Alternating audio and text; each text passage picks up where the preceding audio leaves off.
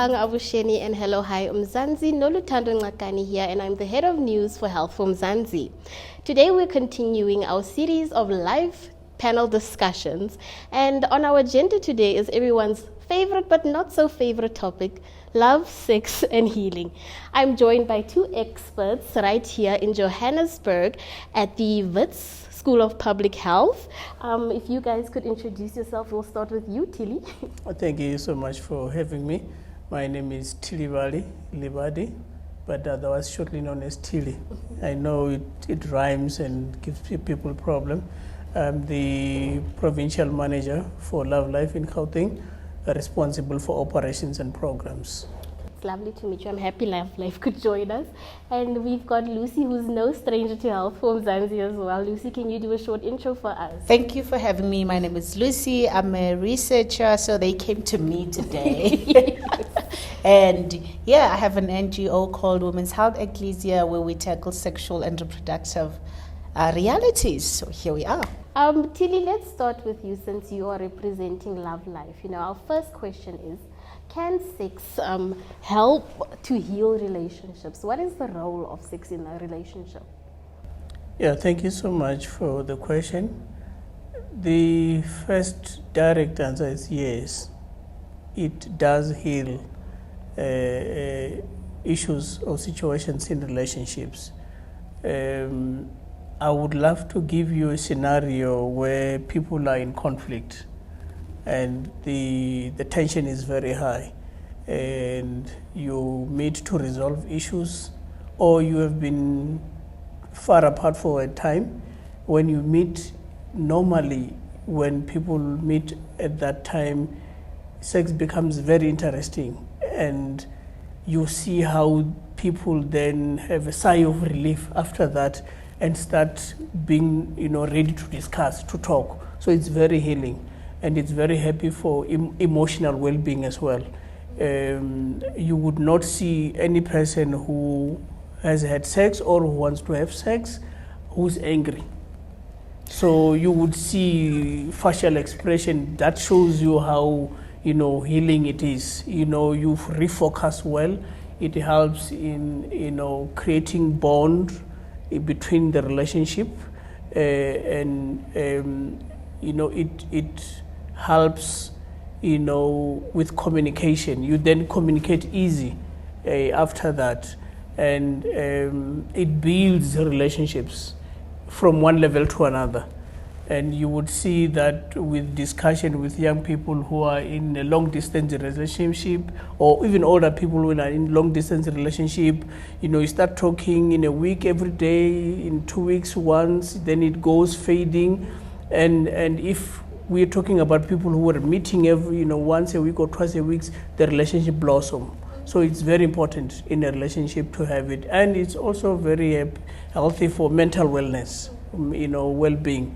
We know there's a saying, I don't know, the researchers could tell us, when you spend a lot of time without having sex, people generally from public education would say, she's not fine. She needs a man. She needs a wife. So that tells you how important it is in relationships. So it does help. Can you imagine when you're angry with your partner and you decide, in your space, we are going to part ways. And she decides we are going to part, today is the last day. And when they meet, and by any chance if they become intimate, that talk or that ego, that promise to yourself vanish.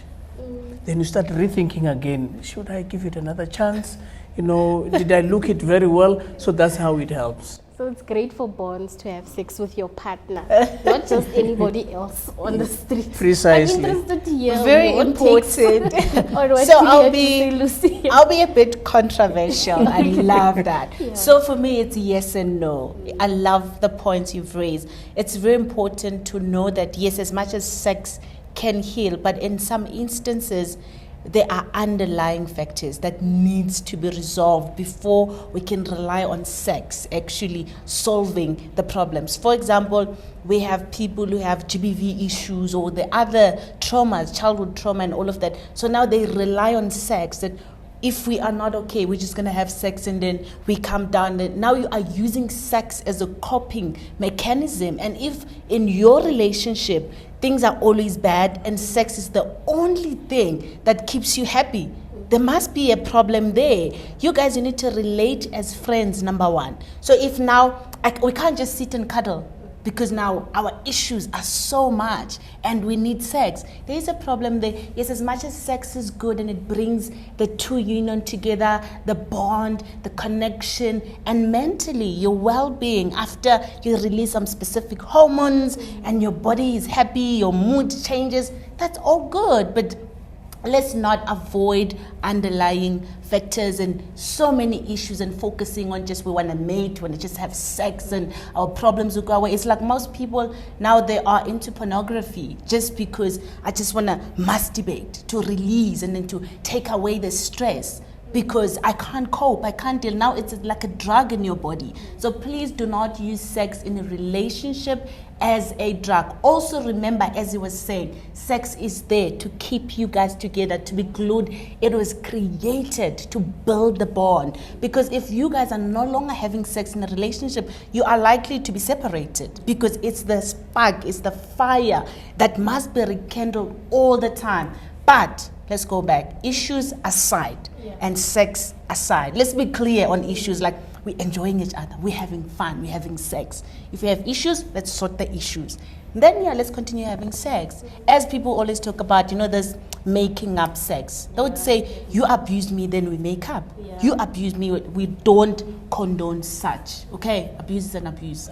Speak up. And intimacy is like, it's multi-layered, I think. Yes. You do. Sex is important. Let's not even, like you said, like you do get angry most when you haven't had any sexual violation. But like there are also other ways to build intimacy, I believe. And then for you, Lucy, let's talk about the youth's attitude towards HIV, AIDS nowadays. We are very relaxed and laissez-faire towards using things like condoms and protection, because you're so fixated that, like, if you have unprotected sex, you're much more worried about having a baby. But let's just unpack that issue of youths and their lack of condom use. Why aren't we using condoms as young people? Yeah, it's actually a real problem. When I go to schools, they will tell you that's actually the list of my worries. I just want to have raw sex. It's different. It feels different. It gives you different orgasms. These kids, those are the things. I think also there's misinformation out there about sex when you have a condom and when you're not having a condom. We have someone from loveLife who's going to elaborate what's the difference. They were like, can you eat a sweet in a plastic and enjoy it? So now there's this myth around it's not nice. You can say your girlfriend, you're not enjoying, your girlfriend is not hot enough just because of this plastic. So let's remove the plastic. Let's have the actual thing while they are exposed to HIV, STI, and other issues, which is a real public health concern than having a baby. But their problem is like, I don't want to be pregnant, so let's just get morning after pill, let me get contraceptives. You'll be so shocked. But before we also put the blame on the kids who are active, having sex and all of that, what's happening at home? As a parent, what background, what system do you have in place? As parents, we always blame schools. We always look for something to blame, as society. As a parent, you're watching this podcast, are you doing your job to ensure that your kids are aware that if you're not using a condom, you're likely to get HIV? Yes, they know, it's a public knowledge, but at home, are you taking it seriously? What I've noticed about these youngsters, whatever is emphasized in church structures, cultural structures, everywhere in these systems that they exist in, trust me, they take it seriously. But if it's like a pushover, okay, it's there but not there, nobody talks about it. At church we pray, we don't talk about sex. Yes, there are churches where they talk about sex education, not to encourage kids to have sex, but to put it there as a measure to make sure that they know that these exist. And if I'm in this situation, how do I come out? In a safe way, healthy sex, healthy and safe sex. That's what we are advocating for. Yes, of course, So, as we should. And yeah. of course, LoveLife advocates for, healthy sex practices. Can you tell us, what kind of factors play into youth engaging in risky behavior?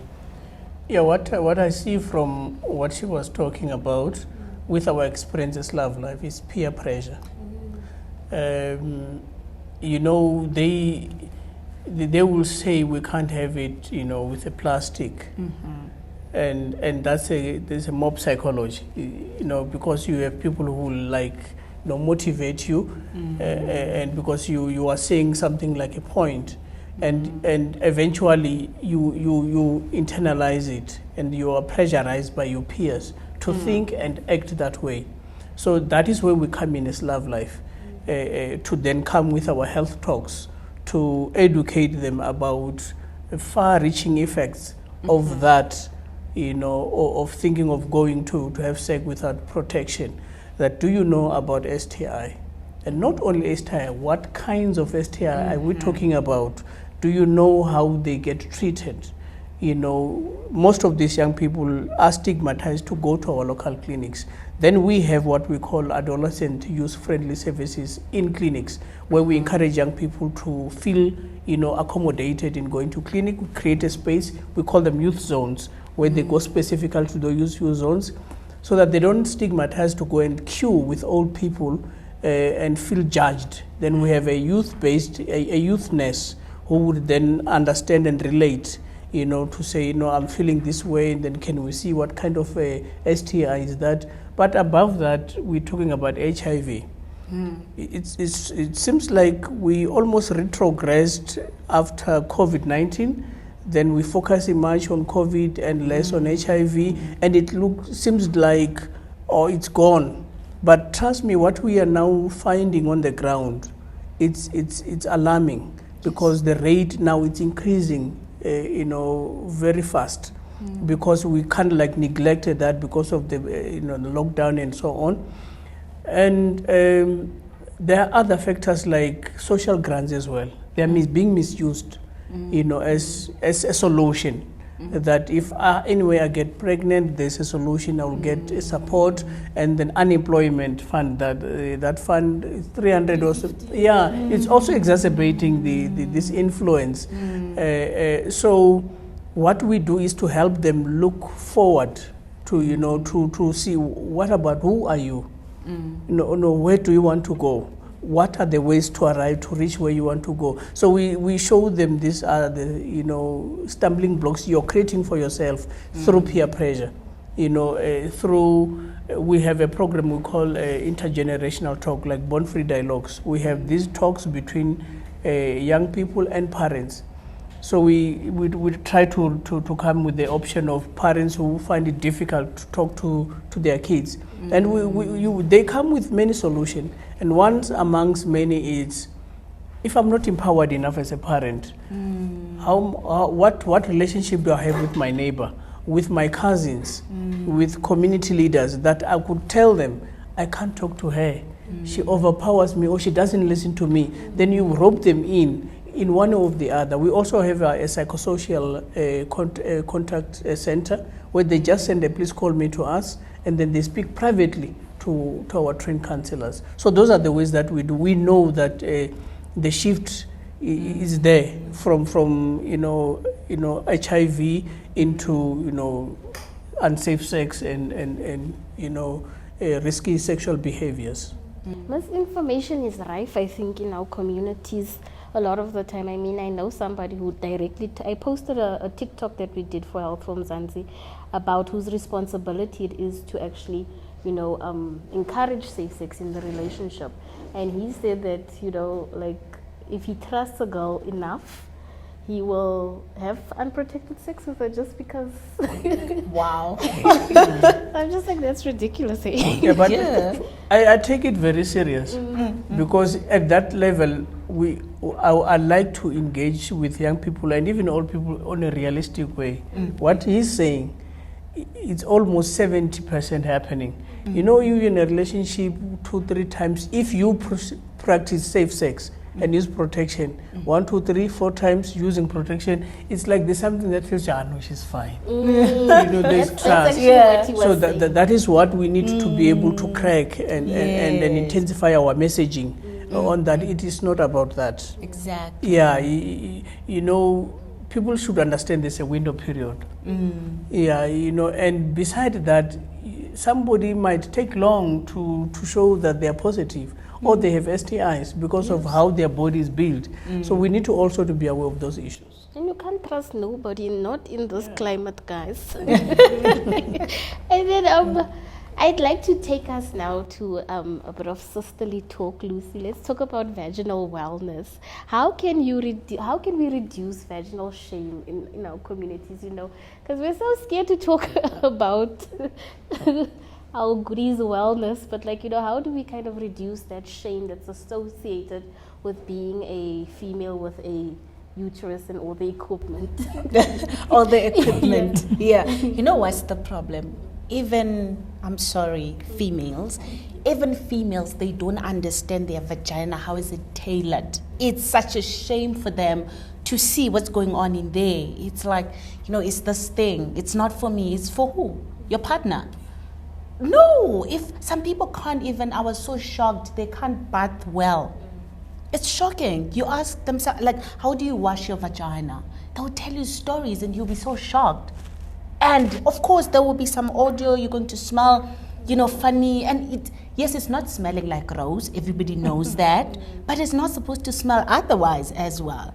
We always say, you can't just sit around and someone's sitting next to you and say, girl, you have just a fishy smell down there. What's going on? Even when you're having your period, you're not supposed to smell. And people have normalized smell. They would say, vagina doesn't smell like roses. It's okay to stink. Guys, that's not healthy at all. You need to bath well at least twice a day. In the morning, you bath. When you go to bed, you bath. And some people don't do that. They do it once. Or some women even skip days without bathing. And then they would say, my husband is body shaming me or saying my vagina is smelling. Guys, how are you supposed to be intimate while something is just smelling awfully in the bed? You can't even connect. So it's hygiene, it's self-care. These things are very important. There are people who tell you they are using Gynoguard, they are using Lillettes, whatnot and whatnot. Those things are not important as long as you are washing properly. But if you have the money and you can afford to buy the powders and the whatnot, that's good for you, but your HP does not need all of those things. Vagina is self-cleansing, you'll be healthy without using all these things, but please take care of yourself. And if you feel like there's a funny smell you don't understand, talk to your partner, say, my partner, I'm having this issue, I don't know what's going on. Let me go and see a gynecologist, because there might be an underlying factor there. You might be having a condition that needs to be dealt with, but because you are scared, you are ashamed even to go to a gynae or nurse and say, I've been smelling something fishy and normally I don't smell like this. Can you check what's going on? And also the stigma you're talking about in clinics, when you just walk in as old as I am and say, hey nurse, I think I have something down there and I don't understand. It's like, you guys have started with your gonorrheas and so loud. So even clinics are not conducive or safe for us. So I love what you guys are doing to have that youthful side where young people can go there in private and say to the young nurse, this is what I'm going through. Do you want to add something? No, when she's talking, I'm thinking what is coming to my mind is communication. Very important. Yeah, that, you said sisterly talk. But we can also... I mean, alone as a sister. Yeah. Thinking of talking to another sister, it's a problem. Yeah, so imagine from you to a sister when it's difficult. I think women are also finding it difficult to talk about this with their partners, about this issue. And I know, because I worked for our contact center as well in counseling, that you have these issues where she can't talk to me. She would rather talk to somebody or keep quiet while we can unpack it. And I think it's a sensitive topic in itself that we need to talk about, because in my mind it's coming, a replay of many, cases I've had on the line of abuses where husband or partners would even have to even try to smell, or no, it's not smelling normally the way he used to know, then it means you from cheating or something. So this would come to this level because there's no communication. Yes. So I think communication on this issue, it's important for our sisters to speak to themselves, to speak amongst each other, and also to consult. Yeah, like Lucy said, the pH is very important when it comes to our conditions down there, in our vaginas. Let's not say down there. It's a vagina. It's a vagina. Yeah. And things like BV, and so many things can actually affect your pH. Exactly. Without even having sex. The problem is that when someone is having something there, we say you are having sex, unprotected sex. Some things can just urine infection, whatnot. Yeah. Easy things. Yeah. Now we talk about this thing when we have health talks. What kind of a bathroom are you using? Is it clean and all that? How many times do you change your pad, your tampon, and pentaliner? Which brand is it scent or not scent? All of those things affect the thingy, the pH. And then, we're gonna include the brother also in this question for you, Tilly. Some people can have a difficult time getting aroused. Why is that? Is it a psychological issue, or is it because you are not attracted to your partner? Like what would cause there are that? a number of issues. There are a number of issues, but top of it is mental health, psychosocial. Like, what are you thinking? Yes. What space are you in? And we don't like to talk. If I have issues with my friend, issues with my family, I can defend you as my person and not tell you. And that is going on in my mind, and there's an expectation, and I'm not there mentally. So it won't arouse. There won't be reactions. And, it depends from one person to another. Maybe we just got a child, some thinking, it's not right time. Or maybe my partner, has rejected me 2 or 3 times, and I feel like, okay, you understand. And also to be unfaithfulness, if I've seen Lucy and now I'm still thinking about Lucy, already I would be out of you. So anything you would do, I don't see, because I'm fixated in thinking about Lucy or the other person that I've met. So those are contributing factors, but also the STIs that we're talking about, they contribute. Because if you neglect them, you don't get treated, you don't consult, then they go to an extent that maybe if it's gonorrhea, then it won't be there. And even if it's there, you're thinking the amount of infections that I'm going to do to my partner, those things contribute to that. So it's a sensitive issue. It's a disturbing issue because men find it difficult to go into this space, especially when we are sitting as men, or as boys. If you raise it, you will be seen like you're not man enough, you're not strong enough. And also, when we go to the clinic, normally you take a treatment for 3 days, you think it's gone, and it's not. Then it's keep coming on, and then it's a problem. So, there are, and even tensions, gender-based violence. If the way we talk, if you're always shouting at me, if these issues, penetrate and really affect, erection in relationship. So there's like a multi-layered reason why men can also say that they are not in the mood. And it's okay not to be in the mood.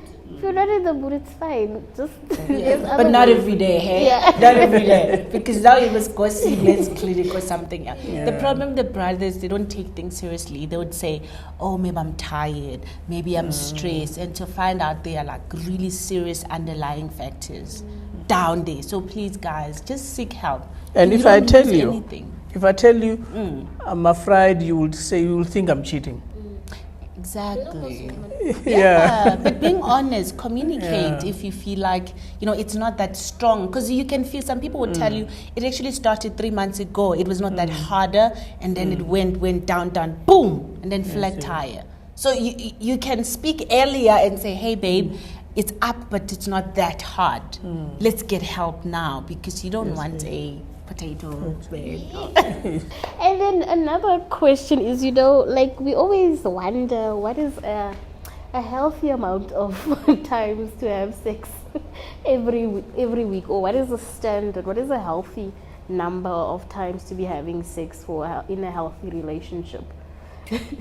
Let's start with you. Yeah, normally people, we standardize things. We must remember it's a different relationship, different bodies, and people prioritize sex differently in their relationships. But some people will tell you 3 times a week, at least in this relationship. And you have some people with stamina. They go the whole, like every day. They bang every day. And you ask yourself, some people are working. When do you work? Some people work at night, like you're tired, or you came back from work, you're exhausted, so you still have to be banged for the sake of counting. So I would say, don't count, numbers don't matter. When you do it, be there fully.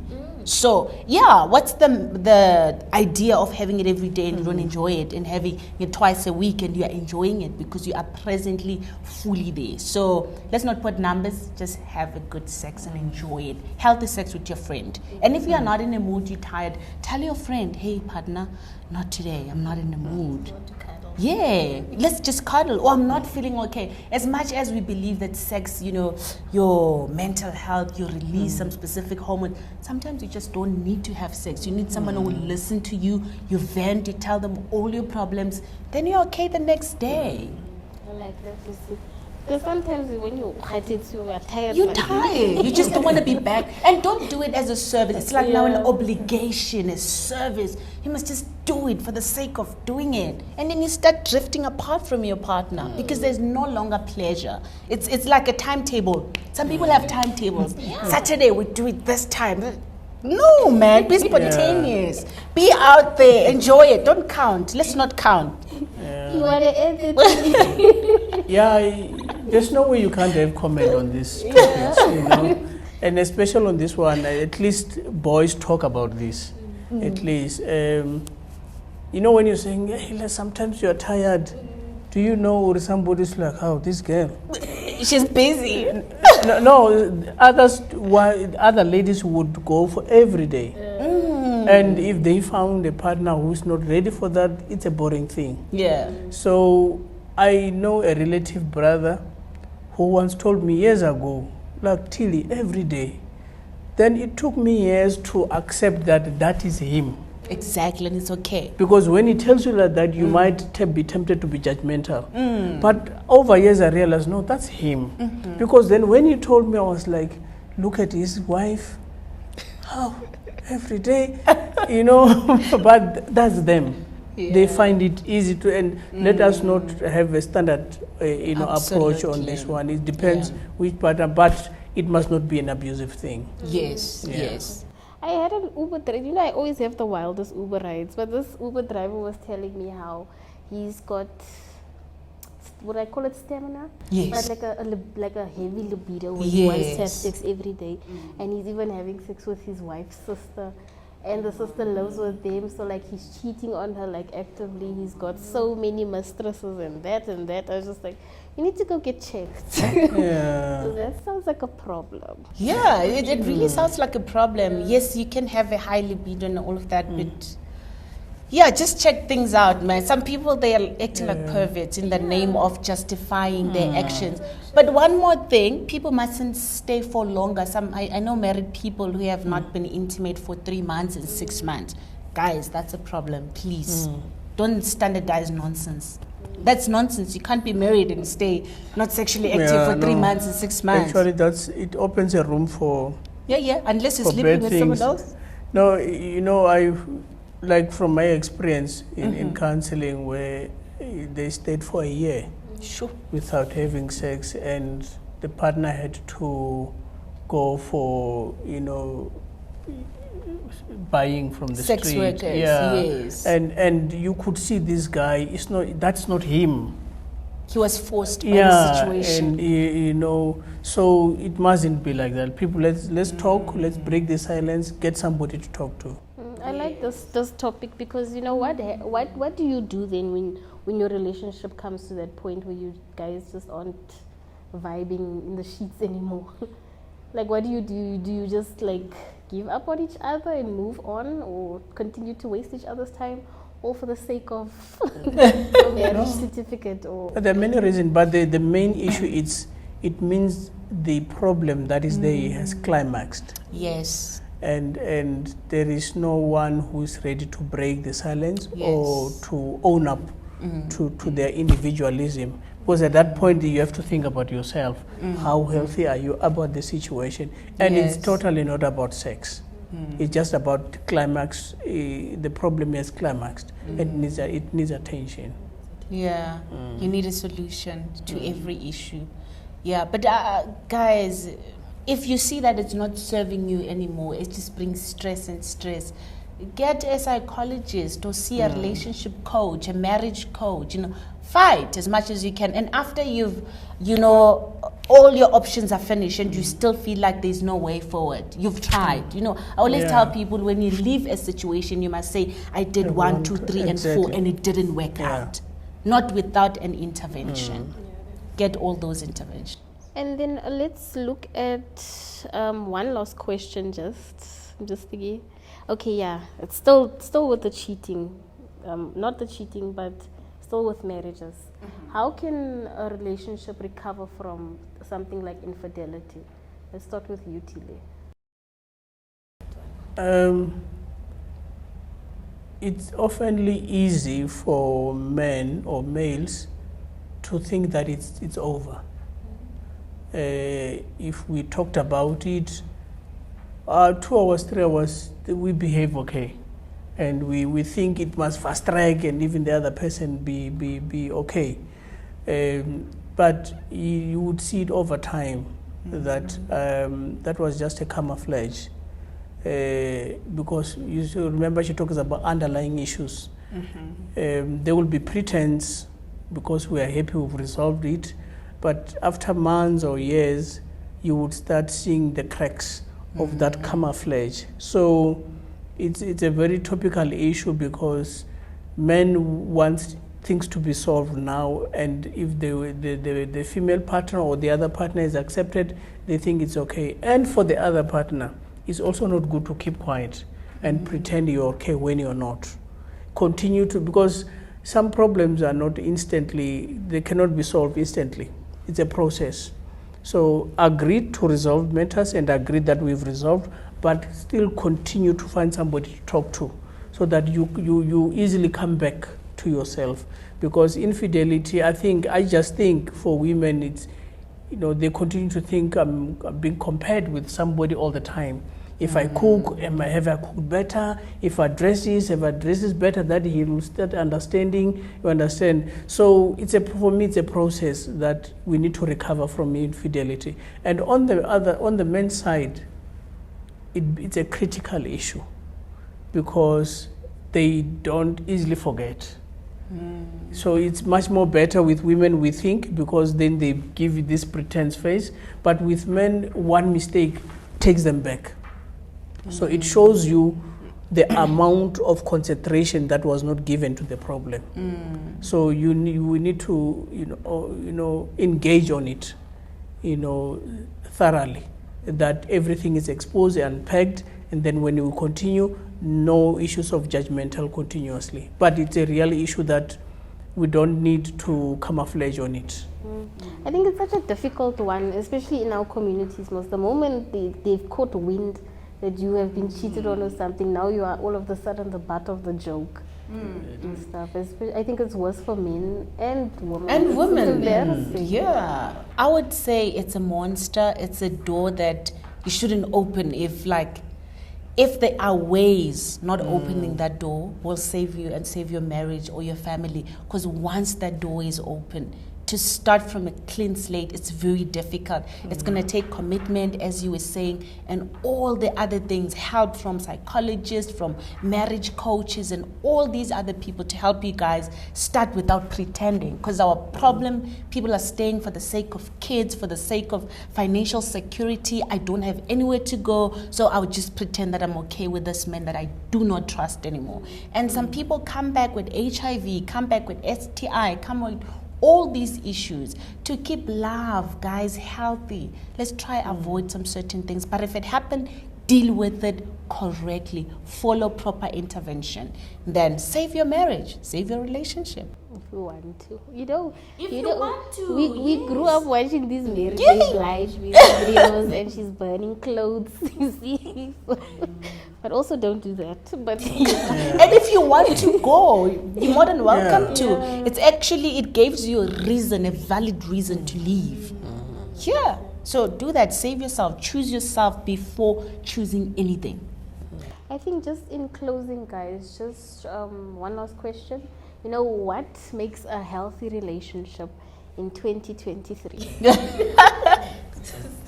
Let's start here. I think I would go back to communication. Yes. When you're not feeling something, speak about it. Don't make it heavy. Simply, just be simple. Say this, I'm thinking this. Yes. Even if you're suspecting, but just say, I'm thinking this, to get and have an approach. I'm thinking this, am I correct? I thought this, is it true? And make your partner your friend. Very important. That you feel you miss after work or after an activity, that when am I going to Goboza and all that, then it makes it easier for you guys to bond. Yes. And when you think of withholding an issue or a feeling, it becomes difficult because that's the same person who is your friend. So I think communication and planning together, it's important.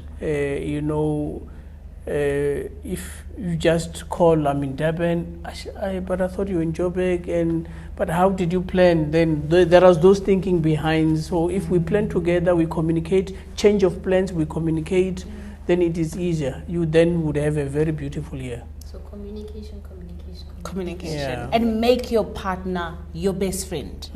And don't use sex, guys, as a mechanism to cope or to escape issues. With your friend, you bond without sex. You cuddle, but then still be okay. So if you have issues, please address issues.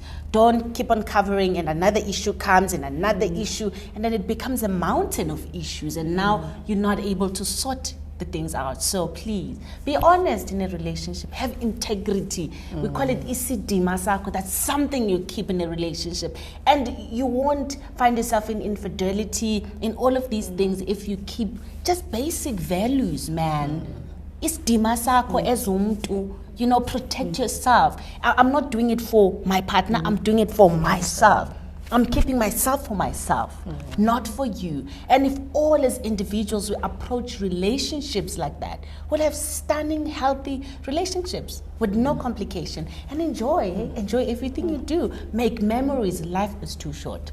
And there you have it, Mzansi. Healthy relationships in 2023 are built off of intimacy, communication, and of course, Isdima. Health for Mzansi is WhatsApp official.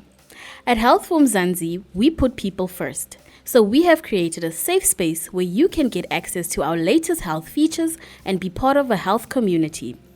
Join our Health Squad or Health Heroes group for more information.